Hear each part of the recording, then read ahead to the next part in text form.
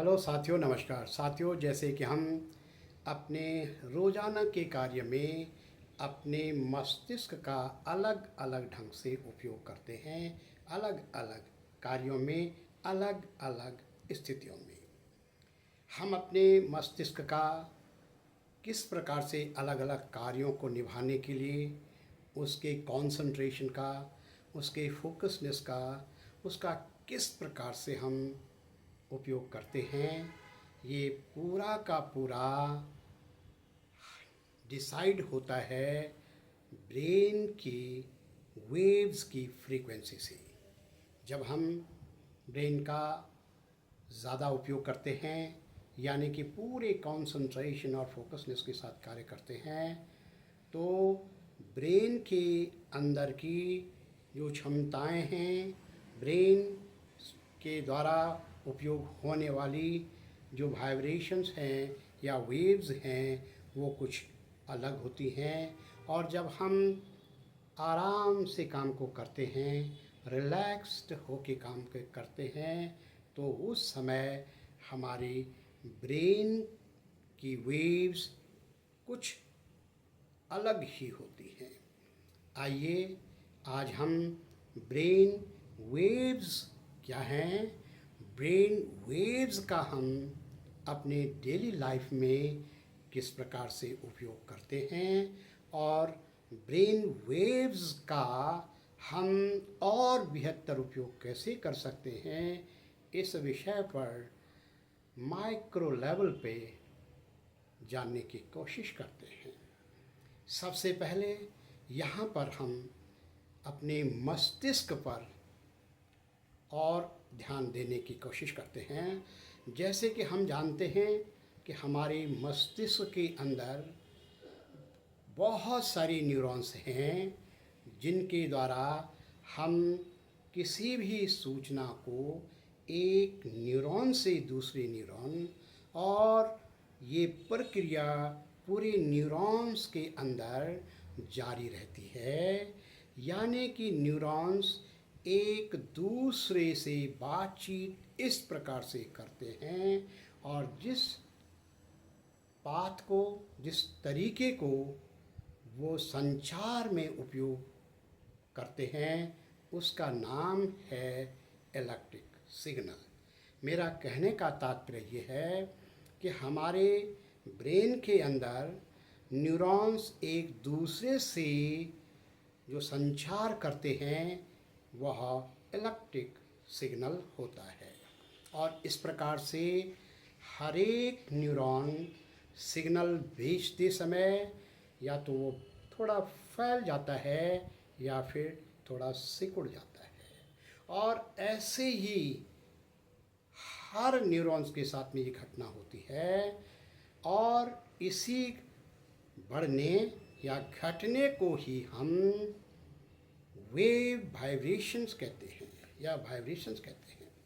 इसमें जो तरंगें उत्पन्न होती हैं, उसको जानने के लिए हम फिज़िक्स में हर्ज कहते हैं। यानी एक सेकंड में जितनी बार एक न्यूरॉन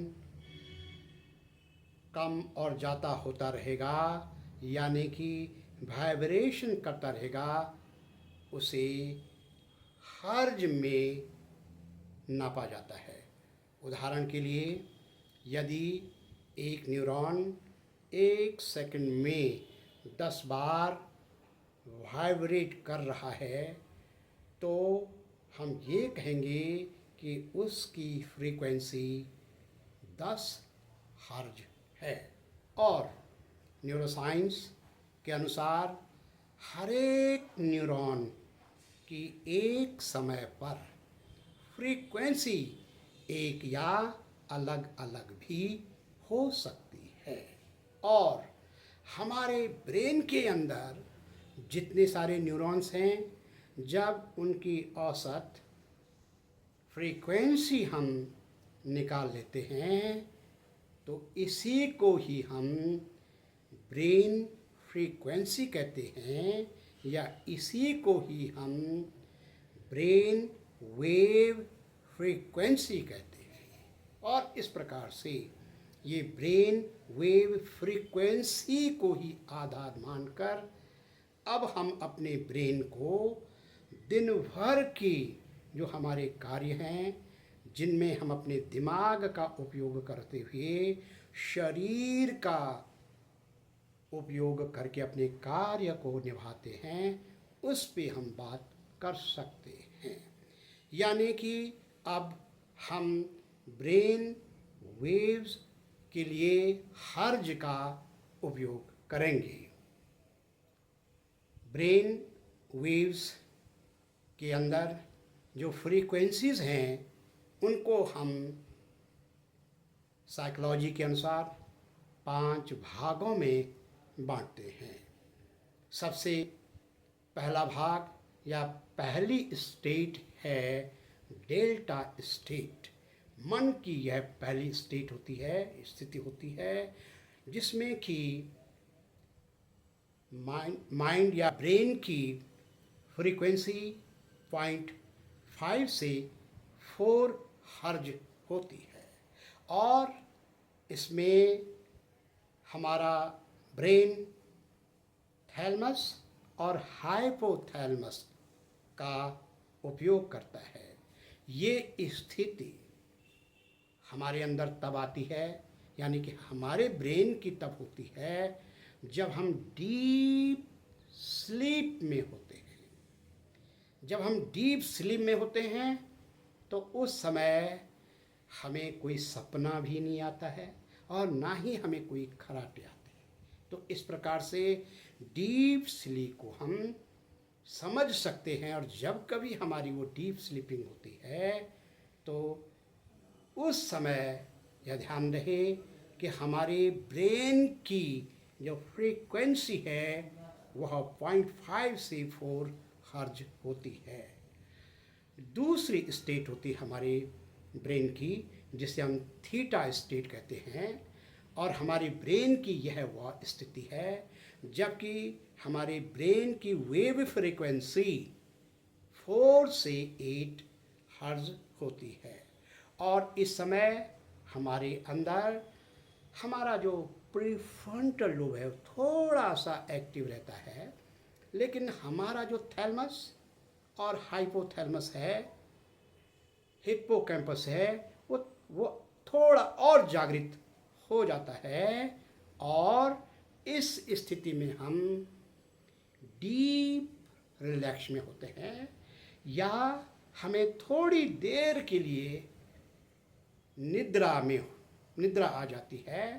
तो थोड़े से जो आंखें बंद करना, डीप हल्का सा स्लीप करना, जब कभी हम इस स्थिति में होते हैं तो अब हम समझ सकते हैं ये थीटा स्टेट होती है और इस स्थिति को हम बहुत सुंदर स्टेट अपने लिए रिलैक्सेशन के रूप में मानते हैं। जब कभी भी हम रिलैक्स करना चाहते हैं तो इसे हम थीटा स्टेट के नाम से पुकार सकते हैं। तीसरा है अल्फा स्टेट। ये ब्रेन की तीसरी स्थिति होती है जिसमें कि ब्रेन वेव्स की फ्रीक्वेंसी 8 से 12 हर्ज हो जाती है। अब यहाँ पर हम ध्यान रखें कि हमारा जो प्रीफ्रंटल लोब है, चेतन मन है, वो और एक्टिव हो जाता है। इसके साथ ही साथ हमारे अंदर जो थैलमस और हाइपोथैलमस हैं वे अब उतने एक्टिव नहीं रहते हैं। इसको हम यूँ भी कह सकते हैं कि अल्फा स्टेट में हमारा चेतन मन और हमारा अवचेतन मन दोनों के दोनों बराबर के हिस्सेदार होते हैं और इसमें हमारा ये ब्रेन की स्थिति एक रिसेप्टिव मोड में आ जाती है। मतलब कहने का ये है कि अल्फा स्टेट में जबकि हम चेतन और अवचेतन के बीच में रहते हैं, ये ठीक ये स्थिति जागने के थोड़ी देर बाद हमारी होती है।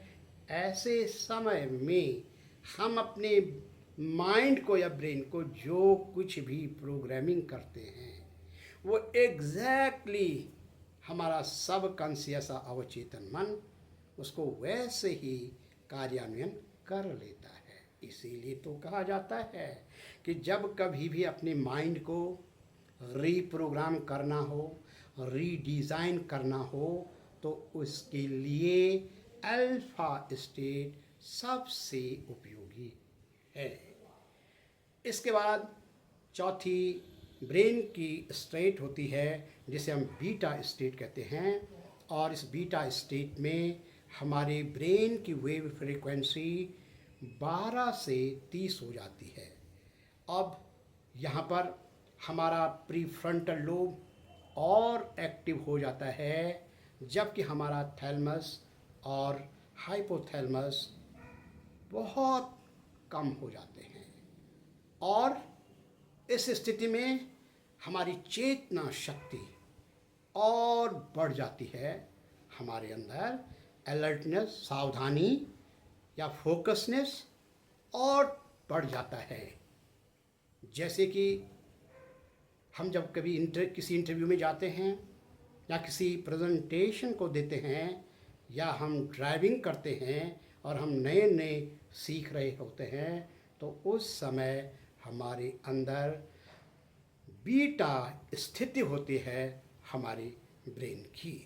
और यदि हम ज़्यादा अलर्ट होंगे, हमारा प्रीफ्रंटल लोब ज़्यादा एक्टिव हो गया लंबे समय तक, इस स्थिति में रहने पर लंबे समय तक फोकसनेस या अलर्टनेस या इसकी फ्रीक्वेंसी 30 या 30 से ऊपर लगातार बनी रहती है, तो ऐसी स्थिति में हम कभी माइंड प्रॉब्लम से गुजर सकते हैं और इससे हमें नुकसान हो सकता है।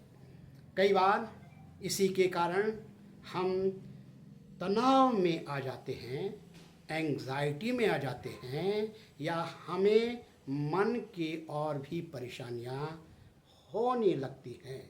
यहाँ पर मैं इस बात को दोबारा से कहने की कोशिश महसूस कर रहा हूँ कि ये बीटा स्टेट है, ये एक हद तक 30 फ्रीक्वेंसी तक ठीक है, लेकिन यदि हम बार बार लंबे समय तक बीटा की स्थिति में हैं, माने हमारे जो ब्रेन की स्थिति है बीटा में लंबे समय तक है, तो इसे हमें मेंटल प्रॉब्लम हो सकती है। ध्यान रहे, जैसे ही हम कुछ समय तक बीटा स्थिति में है, हमारा कंसंट्रेशन, अलर्टनेस, फोकसनेस किसी काम पे है, तो उसके एक सीमा के बाद हमें तुरंत अल्फा या थीटा स्थिति में अपने को रखकर रिलैक्स करना चाहिए, और इस प्रकार से हम दोनों का बैलेंस बना करके अपने कार्य को निभाएं। और अंतिम और पांचवा मेंटल स्टेट है, ब्रेन की स्थिति है, जिसे हम गामा स्टेट कहते हैं। यहाँ पर हमारी ब्रेन की फ्रीक्वेंसी 30 से 100 हो जाती है, यानी कि अब हमारे अंदर हमारा जो प्रीफ्रंटल लोब है, जिसको कि चेतना शक्ति भी कहते हैं, के साथ एमिगाला, जो कि करो या मरो की स्थिति से हमें गुजारता है, ये हमारे अंदर डेवलप हो जाता है। और अब हमारी स्पीड फोकसनेस की बहुत ज़्यादा हो जाती है। अब यदि ये बाहर की दुनिया से जुड़ा हुआ है और बहुत ही हमारे फिज़िकल एक्टिविटीज़ पर जुटा हुआ है, तो इससे किसी विशेष स्थिति में हमें बाहर की दुनिया में खतरा हो सकता है। लेकिन यही चीज़ जब हमारी फ्रीक्वेंसी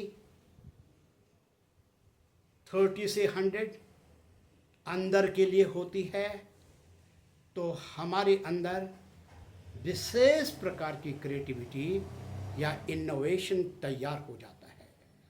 और इस समय हमारे अंदर अपनी पहचान और अपनी शक्ति को पहचान करने की जो क्षमता है कई गुना बढ़ जाता है। यहाँ पर यह बात बहुत ही उल्लेखनीय है कि बाहर की दुनिया में जब हमारी स्थिति यानी कि हमारे ब्रेन की स्थिति गामा होती है तो इसे बड़े अच्छे से हैंडल करने की ज़रूरत है। यदि हमने इसे पूरे ध्यान से नहीं समझा तो इससे हमें नुकसान भी हो सकता है। जब भी हम बाहर की दुनिया में गामा स्टेट में हों तो थोड़ी देर के बाद हमें फिर से अल्फ़ा या थीटा रिलैक्सेशन की स्थिति में रखना अपने आप को बहुत ज़रूरी है। ये 5 स्थितियां हैं हमारे ब्रेन की। मैं इन 5 ब्रेन की स्थितियों के ज़रिए ये सूचना देना चाहता हूँ कि जो भी लोग किसी भी कार्य को लंबे समय तक बीटा या गामा की स्थिति में रखते हुए कर रहे हैं, उन तमाम को बीच में कुछ इंटरवल के बाद रिलैक्सेशन के अल्फ़ा या थीटा स्टेट में रखना बहुत ही ज़रूरी है ताकि हम आगे आने वाले नुकसान से बच सकें। इस प्रकार से हम देख सकते हैं कि ये 5 स्थितियां जो हमारे ब्रेन की हैं इनको हम अपने सुबह से शाम तक करते रहते हैं और इनके बीच में जब हमारा प्रबंधन अच्छा होता है तो हमारी ज़िंदगी में बाहर आ जाती है। लेकिन जब हम इनका ठीक से उपयोग नहीं कर पाते हैं, माने जब इनमें से जो डेल्टा, थीटा, अल्फ़ा, बीटा और गामा हैं इनका प्रॉपरली हम मैनेज करना नहीं जानते हैं तो हमारी जीवन में थोड़ा समस्याएं आ जाती हैं और इन पे हमने अगर समय रहते ध्यान नहीं दिया तो ये प्रॉब्लम बाद में बड़ी होने लगती हैं। अतः अपने दिनचर्या में हम इन 5 स्थितियों पे ध्यान दे करके हर एक को मैनेज करते हुए हमारे जीवन में खुशहाली रखते हुए हम सफलता की ओर बढ़ते रहें। धन्यवाद।